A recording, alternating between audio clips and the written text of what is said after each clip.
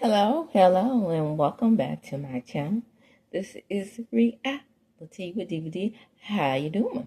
Now, some things that came down the pike, and I'm minding my own business, so I thought I'd just drop some little tea on you real quickly. So, let me just say this before we get started on the stats and the should I say, the stories at hand. When this story is mostly about SHEDEUR status. I would just like to say, let me preface by saying again, every criticism of this kid is not hate.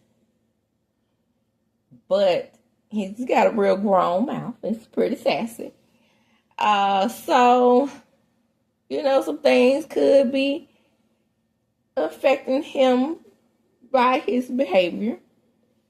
But I just say again, everybody is not hating on this kid out. And see, I'm going to be fair. I'm going to point out some things that I don't agree with.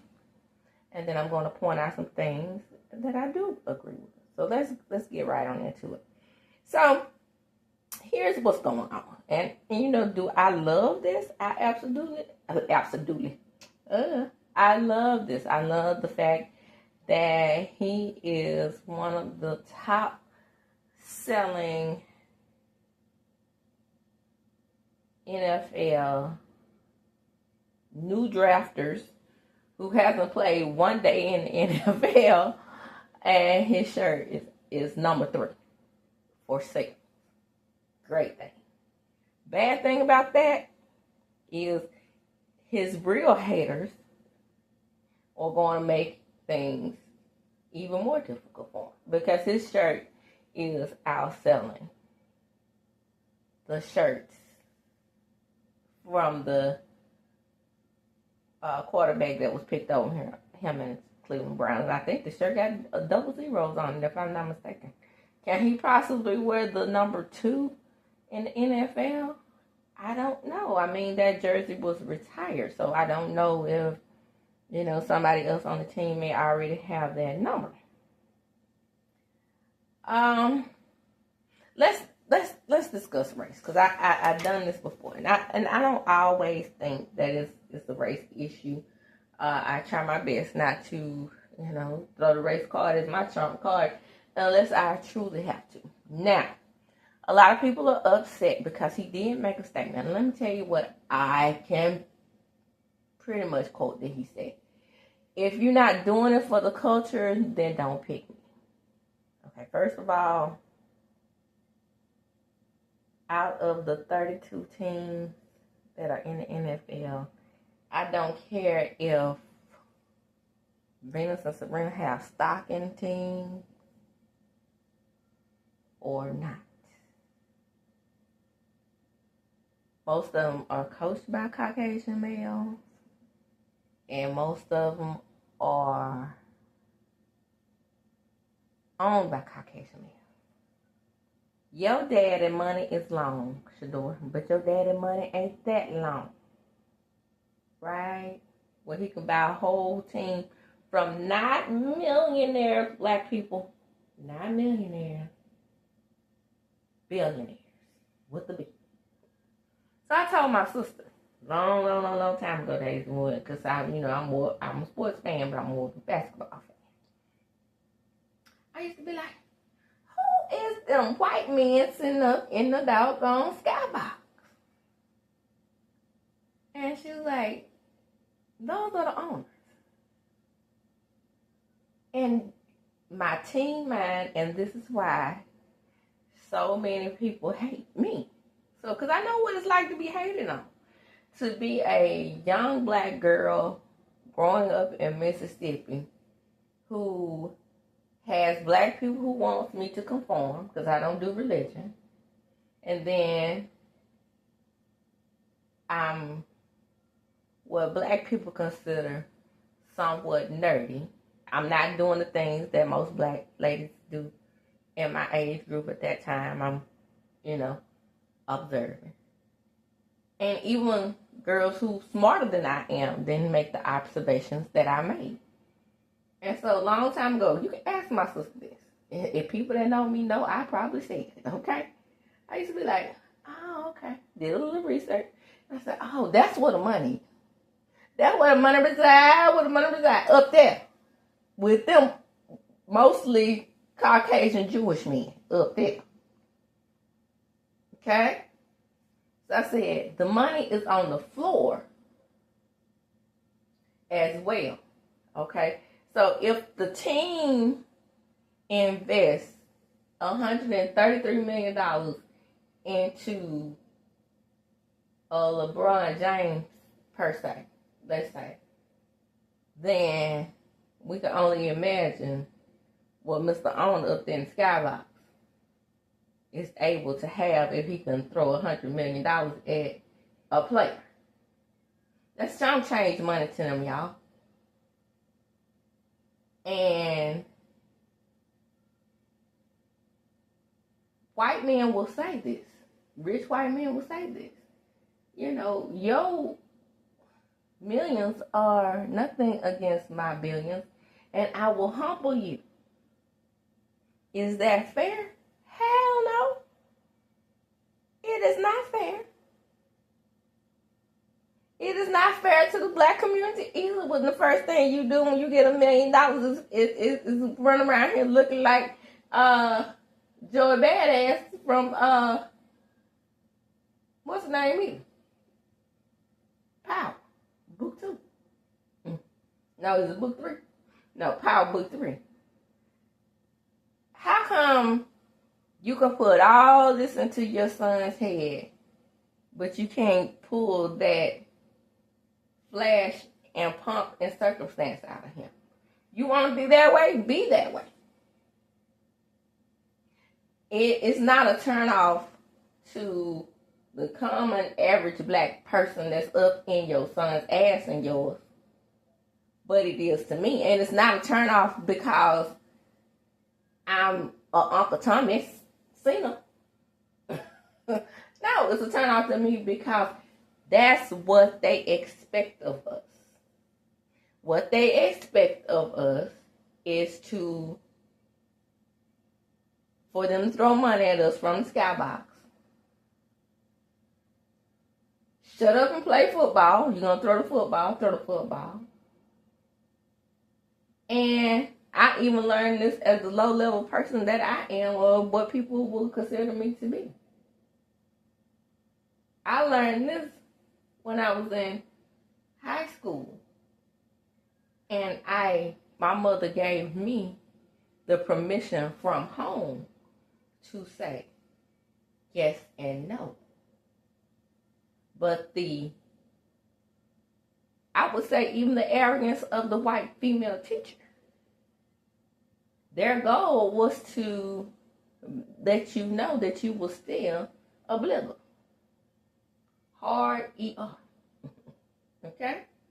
So my teacher, I almost got suspended one day just because I didn't say yes, ma'am. Well, we suck.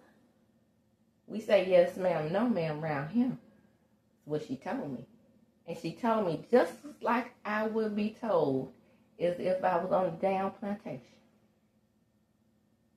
I remember posting one day on my Facebook page that football players were just paid slaves. One guy told me, do you know how much a football player makes? How can a football player be a paid slave? And I just put simply, just like I told you just then, them slave owners up there, they in the skybox. But it's white people that run the football and play football and make a lot of money too. I say, yeah. But when they discovered that black people were better at it, I will put my worst up against their best. And I'm talking about in all the other positions. Except for who? Say it with me. The quarterback. And even though Tom Brady, Brett Favre, and all the rest of them have millions of dollars, they still don't own any of those generational Jewish, mostly Jewish white men sitting up in their skybox. They don't own them. They own everything on their field. And you are an investment or a commodity. Just like who?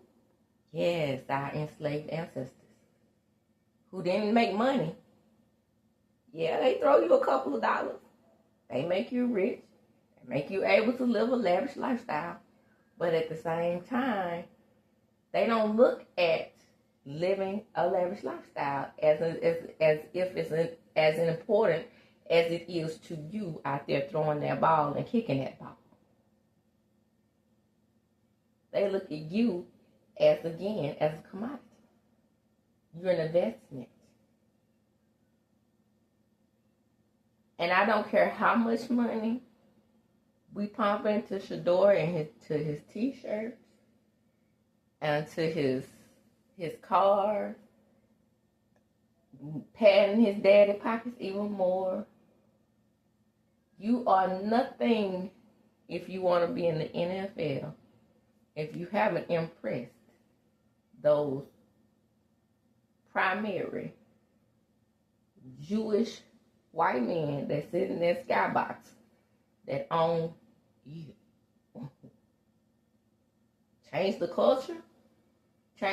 You go try to buy one of those teams from them. When I tell you they may not be friends with each other, but when they get around that round table, they're friends then. We'll throw them some crumbs and let them invest. But we'll never let them own one of our teams like we do. If you want to own one of their teams, then you go out there and say, I'm gonna be a black coach and I'm gonna coach my son. But if you don't own them, they will put you in your place and remind you of who they think you are. And no matter what you do to change the culture, it's not gonna be that much changing. Because what they're gonna do is the different things that you do. They're going to, what? First of all, they're going to marry younger, the older ones. They already had 17. Did y'all see, what was the name of that clip? They already had 17 older wives. Sat them down. Shout out to Donald Trump. And what they'll do is, throw you a little bone and marry you or whatever. And then it's time to trade in the model. So they'll trade in the model every once in a while. They might marry a biracial one here and there. But at the same time, they are going to still remind you of your place in the society. And we can talk and we can back him up all we want to. But he is doing the exact thing that they expect him to do. Run at him out. They already picked up on what he's giving out. It's very similar to Papa. Keep iced up. Now you stand SHEDEUR Sanders. And I'm not talking about SHEDEUR Sanders standing against another black football player. You stand SHEDEUR Sanders up against one of those beings that sit up in their skybox. And you probably won't be able to see Mr. Billionaire sitting in the skybox's diamond watch. Or his diamond socks. Or his Gucci. Right? You won't know if he got on Gucci or Blucci. You might see him in a button-up suit. But he ain't gonna have 15 diamond chains around. That's the reality of the thing. And they know that they can buy us with that. And what do? When we buy the gold chains and the Gucci and the diamonds, blood diamonds at that, 9 times out of 10, what do? We recirculate the money back into the economy and back into their pockets.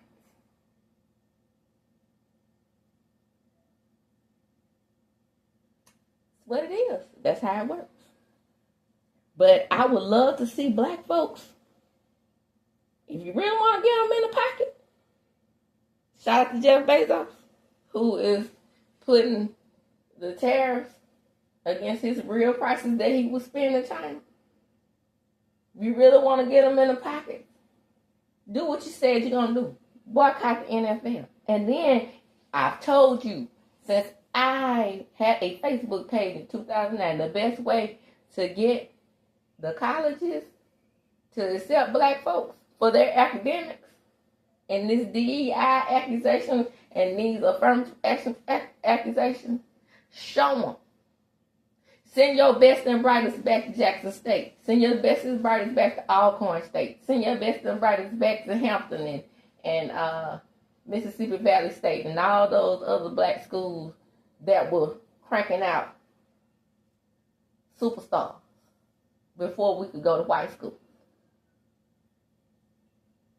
I'm trying to tell you that was shown. And see, Deion Sanders, you had the opportunity while you're talking about changing the culture.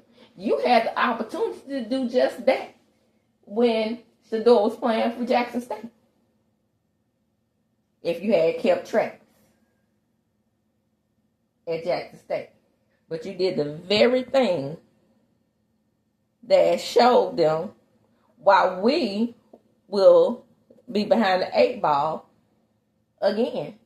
And you took Travis with you when you took SHEDEUR and Charlotte. You had the upper hand. Because then that would have given young black males hope to say, hey, maybe we can create greatness at black schools like we once did. Look at the Bear Bryant versus Eddie. I want to say, I'm about to call him Eddie George, but anyway, I can't think of his name. Eddie. What is his name? Last name. Anyway, the coach from Grambling State, when he was at the top of his game before they integrated the colleges, before they integrated football, before Roll Tide became Roll Tide. That's where your power lies right there. And then the fellas in the skybox won't be able to recruit from these Big Ten, SEC, all these types of schools. They will have to humble themselves like they did in the 60s and 70s and run around there to Jackson State Valley. Those areas. Look what we did in the 60s and the 70s before we were able to play for them. And then the first team that integrated, like, woo, wait a minute. Them black boys can run. Woo, they should have known that anyway, the way they used to run when it was time to get those whoopings and beans out there in the field. Or if you had a top producing buck, what he could do with a horseshoe or what he could do with cotton.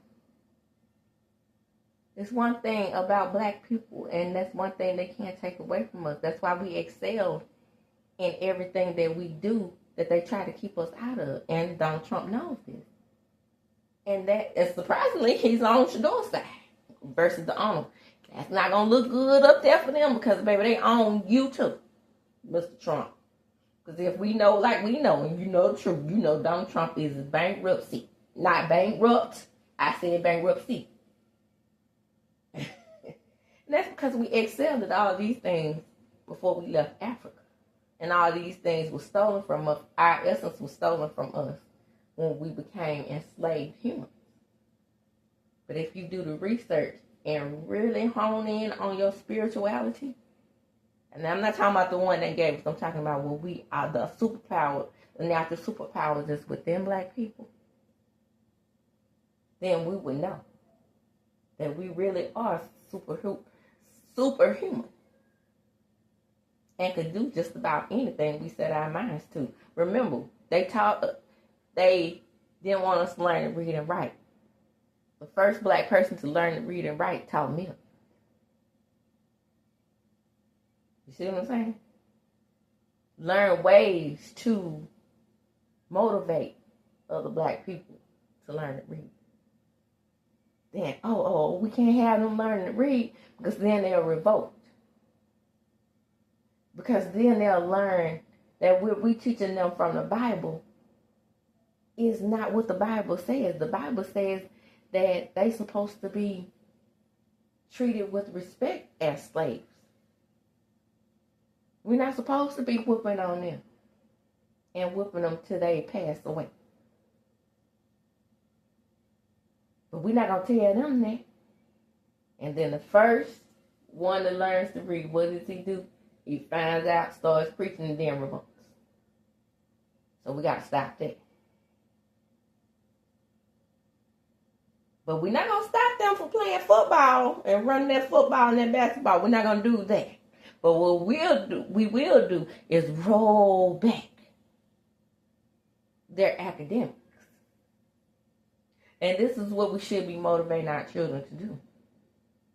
Not getting out of the ghetto with football, but getting out of the ghetto with a pen, paper, with a piece of pen, with a piece of paper and a pen. Getting those academics together. Because that's what they're trying to keep us out of most of all. Because they know that with education, we could face the nation. Shout out to us and the Civil Rights Movement, right? Martin Luther King Jr. studied Mahatma Gandhi. And he saw what he did against the British with peaceful protest. So I said all that to say is that if the NFL is what SHEDEUR really wants, he has already stepped on their toes. Right?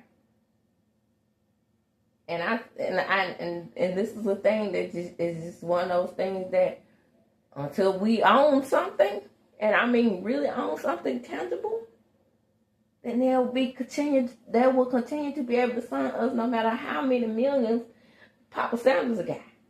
Again, that's chump change. Do you hear me? Chump change to even the worst football players on earth. Hell, you are up against a juggernaut. And that's what they want you to understand. But now they're taking you off the roster. Because things are not looking good for you down to Cleveland either. Being drafted 5th overall, 144th in the 5th round. And we as black people, we're on the news and we're talking about it, right? We're angry. How are they going to try to sun him? How are they going to try to humble him? Sometimes when you're in positions like that, you have to fake it until you make it. Fake it until you can do better. Fake it until you can fix it. And even Caucasian people have the idea that, so because they do it too, I see when they get jealous. They had the idea that Beyonce bought the best country album Grammy. Y'all, dear white people who think that Jay-Z don't have Grammy money. And even though Jay-Z is a billionaire with a B, he's not a multi-billionaire with a B. If you get my drift. So that means his money don't stretch long enough to be buying Grammys. The people that own CBS and run the Grammys, He probably can't even buy the people that vote. If you really want to know the truth. So you can start with that. You got to be realistic with this thing. But at the same time, if we show them, we can show them in many different ways. Shout out to Target. Right? So if you really want to show them, and you really have the Sanders boys back, see what you can do. See if you will really boycott CBS, your favorite team, even though the Cowboys suck. America's team. Can you boycott them? Show me. Show me that you won't watch football and be entertained. Huh? Show me that you're going to really have his back. I'm not talking about buying his jersey. I'm talking about really having his back. Then we'll see how serious you are. Show me that you're not going to watch a game unless he play in. Right? Show me. I'm the show me state over here. Prove me wrong.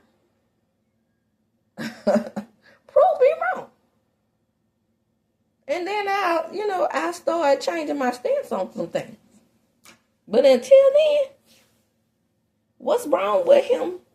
With him getting what he wants, using what he got to get what he wants.